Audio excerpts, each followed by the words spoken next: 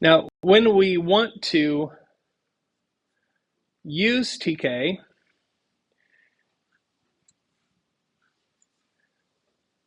I might import it like this.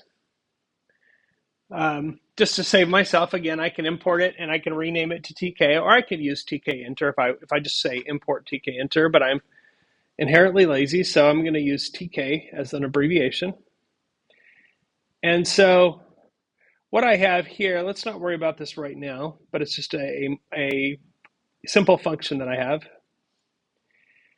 But in this application, I have a couple of frames. I have a window.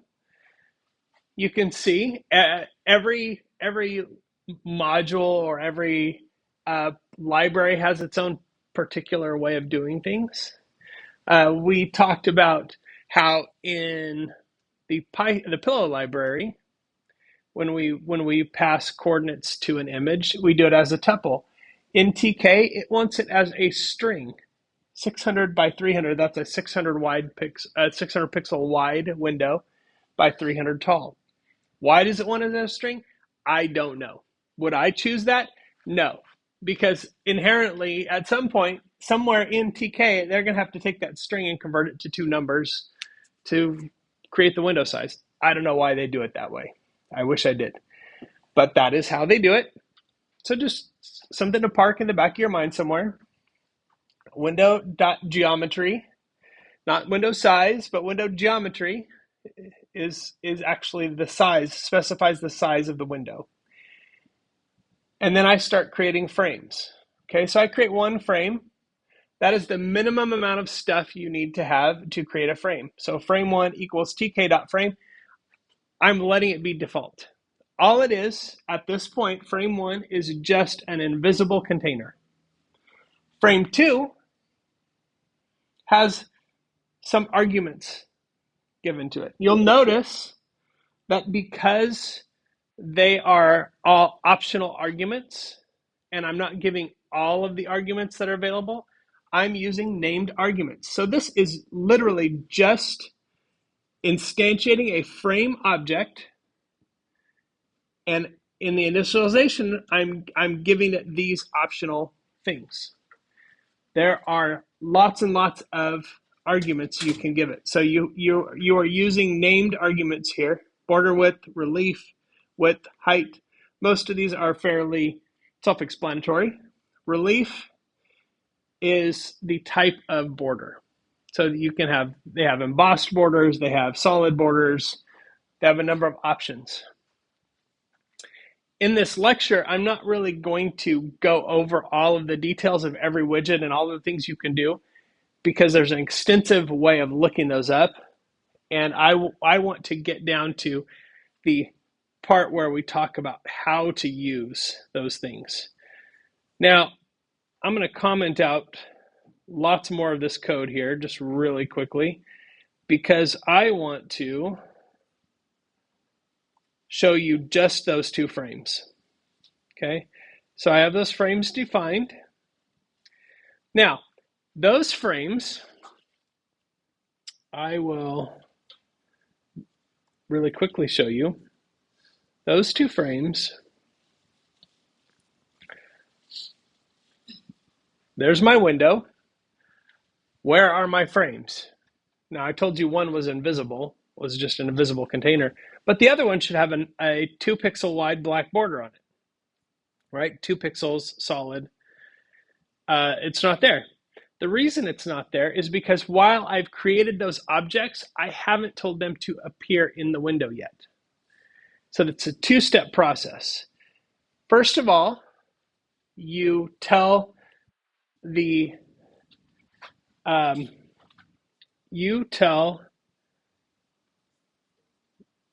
these things to exist, and then the next thing you have to do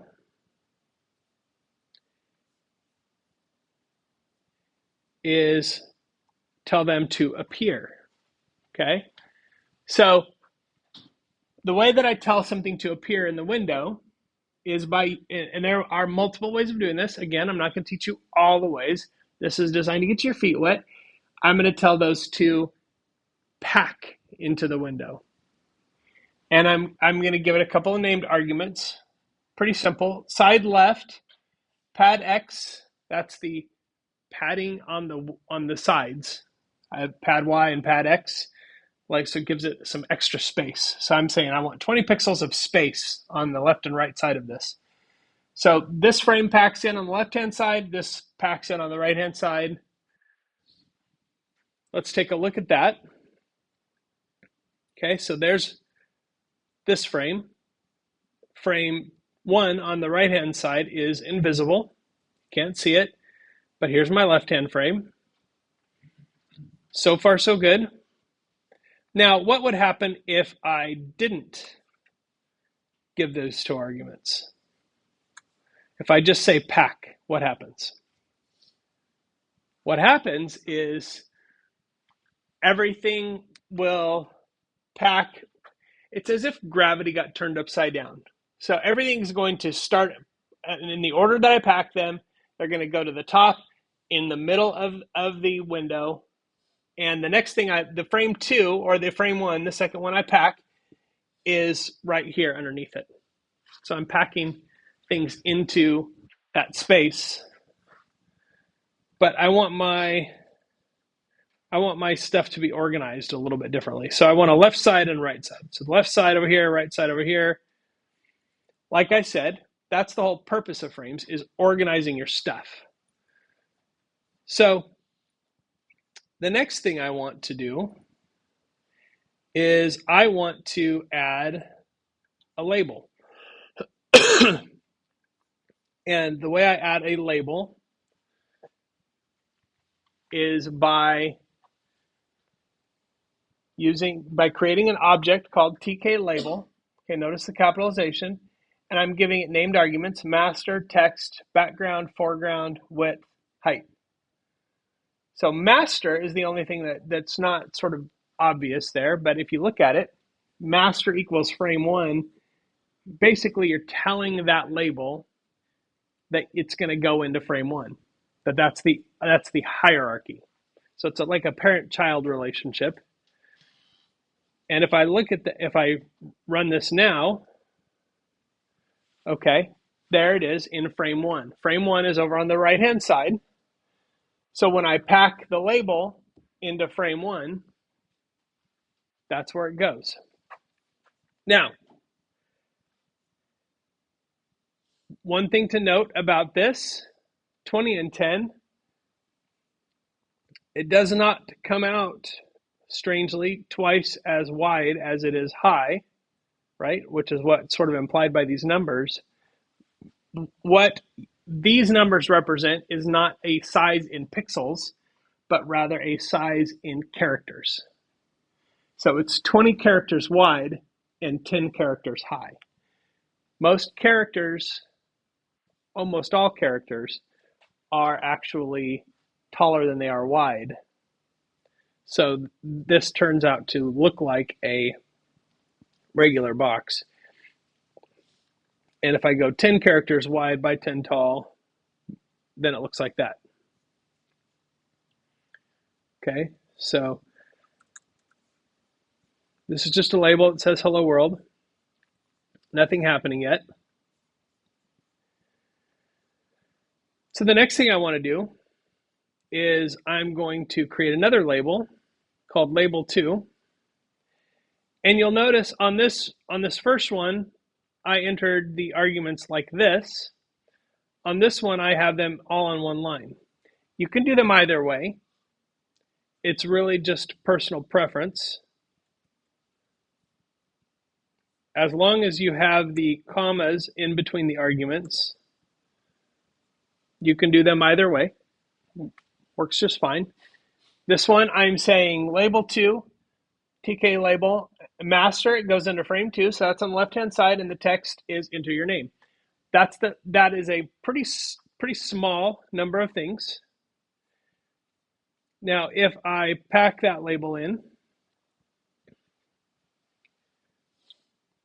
there it is, enter your name. Ta-da. Now, if I take out that master argument and I run it, notice it gets put up here. Now, why? I created the frame first. Why is the name up here instead of down below? The reason for that is because I pack it first. So objects are not put into the window in the order that they're created.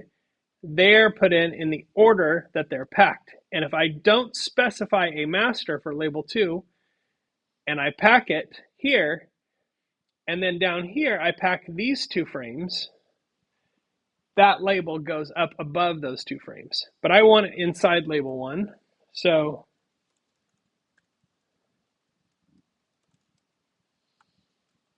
okay, so that is, oh, it's not label 1, it's frame 1, huh? My bad. Frame 1. There we go. Okay. And so now enter your name. What? It's not in the right place. Oh, that's because I put in the wrong frame. I needed frame 2 to be over there. Frame 2, over here. There we go. Now, notice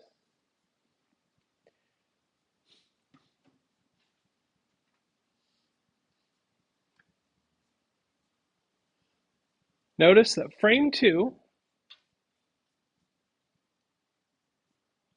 I want to show you something. If I don't pack that label, look at that border of frame 2. It's the size I told it to be. But notice the minute I pack the label inside that frame, that frame size shrinks down to just that label. So that's actually the frame border around that label. And the reason it does that is because that's what frames do by default. But if I say frame 2, pack propagate 0, what that means is don't shrink down to the size of your contents, but rather stay big. So now it says enter your name, and there's 2 more things I want to add to this. I want to add an entry box. Okay. Entry boxes are tk.entry. I'm putting in a frame 2, width of 19 characters, and then I'm packing it.